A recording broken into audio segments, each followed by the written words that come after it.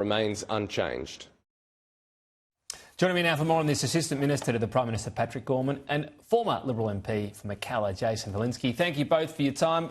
Look, impossible to ignore this line again and again and again. I might actually play it here for our viewers because Anthony Albanese was asked things along the lines of, when Australia knew, was Pine Gap used? Was there any element we helped the US in terms of intelligence? This was the response we got. But we confirm, of course, that this was a unilateral action by the United States. We've made very clear this was unilateral action taken by the United States. So was your government briefed prior to the attack? This was unilateral action taken by the United States. Prime Minister. PM, you weren't briefed? Is that the...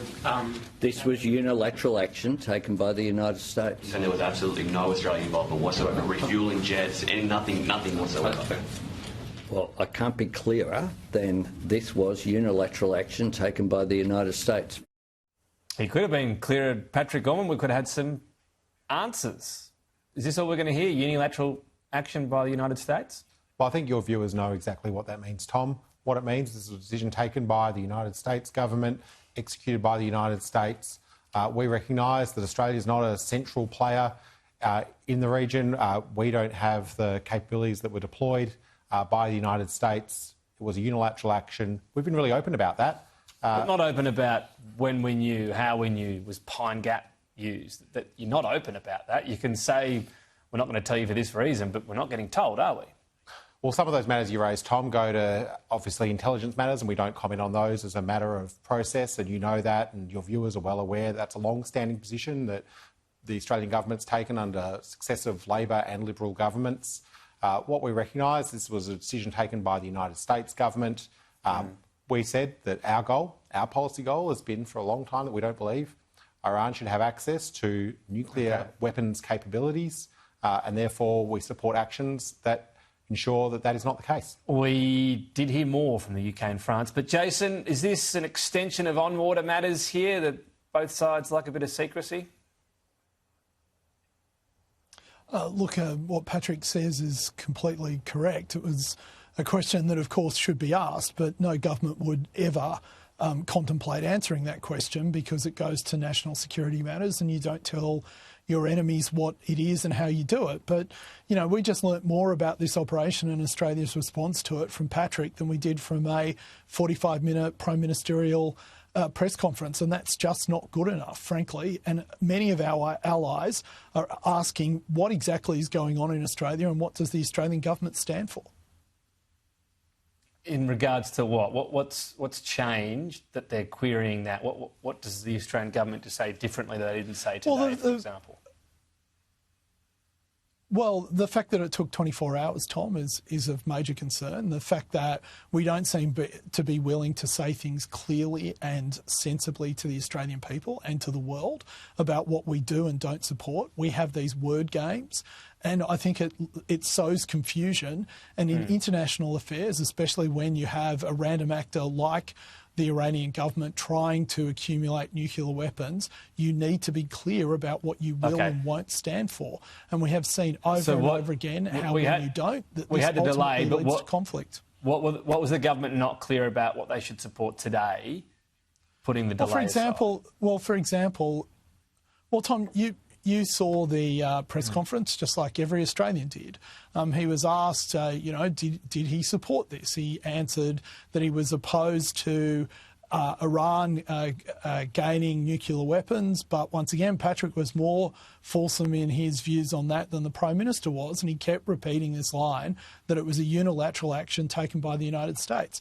That lack of clarity allows malintended actors, both here and around the world, to say that we are not firm in our belief of standing up for values around the world and a law, international order based on law. Is it a simple matter, Patrick, that the government does support specifically these airstrikes on the Iranian nuclear sites? Well, firstly, I think it's important I address the matter that Jason just raised, which is my position, the Prime Minister's position, the Foreign Minister's position, the Australian Government's position are entirely the same. That is, that we have said for a long period of time that we do not believe that Iran should have access to that nuclear weapons capability, and therefore we Is this the only way to stop it at this point? And therefore we support actions that prevent them from gaining that capability. This action, not just actions, this action?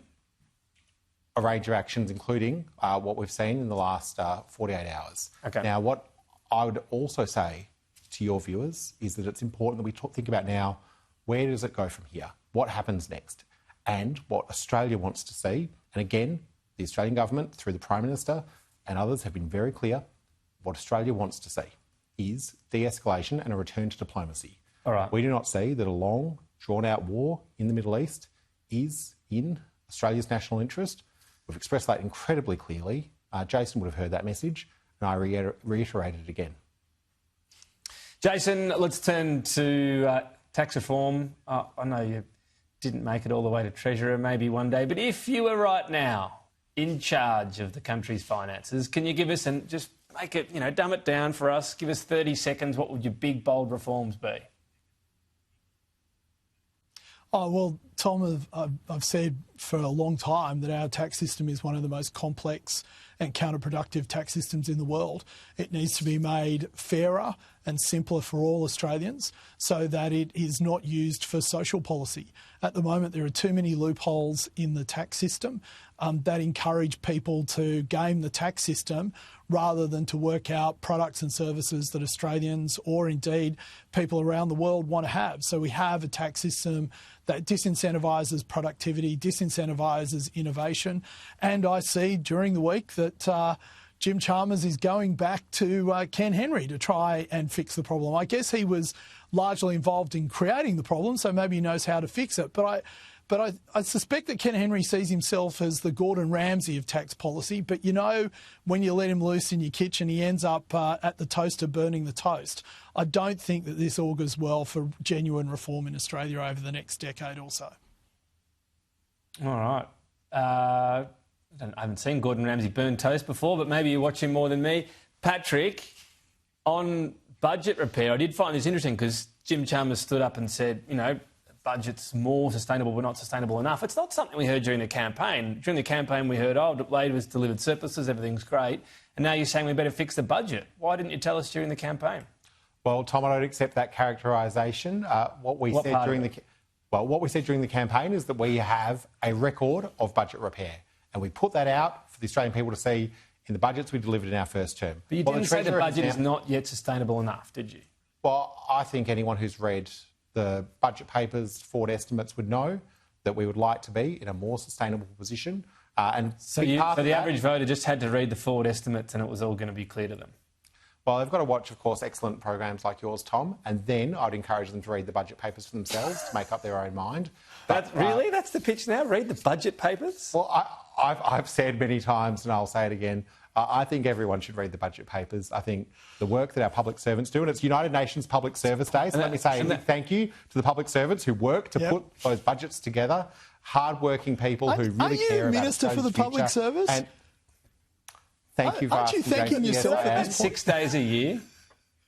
No, I'm thanking the people who actually do the work, the public servants who are there in Services Australia, all over the country, actually delivering services. The number of times you have an annual day or something, which you know, in our group WhatsApp, you put up there, I don't know, I can't keep track of them.